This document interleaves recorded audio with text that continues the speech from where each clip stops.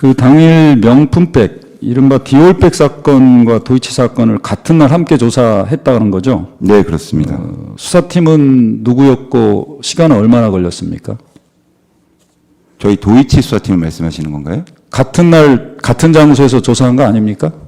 그렇게 답변을 하셨던데 준비서면에. 같은 날 조사했고 저희가 먼저 저희 도이치 사건 수사팀이 먼저 조사를 했고요. 대면 조사를. 그 이후에 명품백 팀이 조사를 한 것으로 알고 있습니다.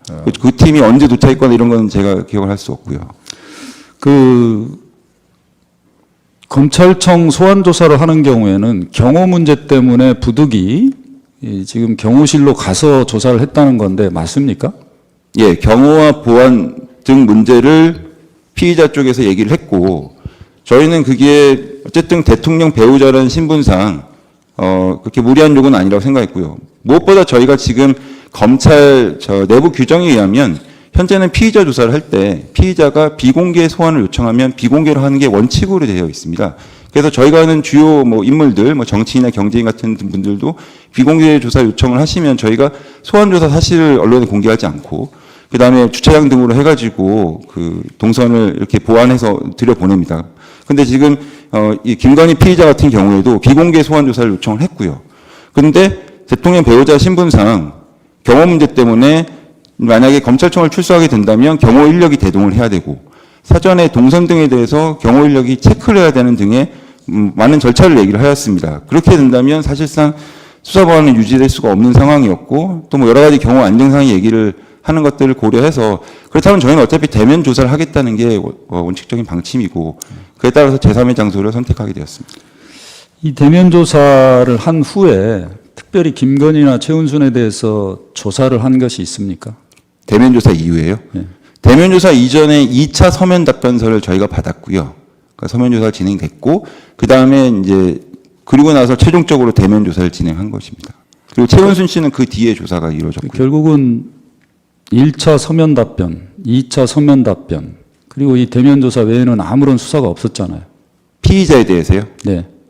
피의자에 대해서 그 이상 어떻게 조사를 합니까? 서면 조사 2회와 대면 조사 1회가 있었는데요. 자, 추가로 묻겠습니다. 계좌에 대해서 집중적으로 두 차례에 걸쳐서 추적했다라고 준비서면에 얘기했는데, 예. 뭔 계좌를 집중적으로 추적을 했다는 겁니까? 주가 조작 사건이었으니까 지금 도이치모터 사건과 관련해서 김건희가 관여된 6개의 증권 계좌를 중심으로 추적했습니다.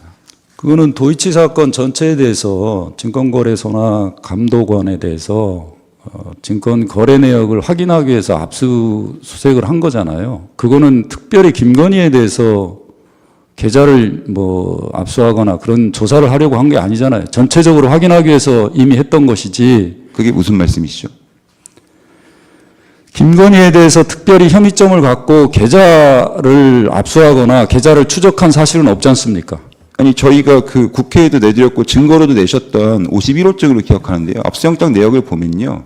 21년 5월경에 저희가 2차례 계좌영장 청구를 했고요. 그거는 도이치모터 사건 피의 사실로 김건희 계좌 6개가 들어가 있습니다. 물론 다른 다양한 계좌들이 있죠. 권오수라든지 각종 주범들의. 어쨌든 간에 그 시세조정 거래와 관련해서 저희가 한국거래소를 통해서 심리결과 분석 결과 2, 3거래로 판단된 김건희 명의의 계좌 6개에 대해서 증권 계좌에 대해서 계좌 추적을 한 겁니다.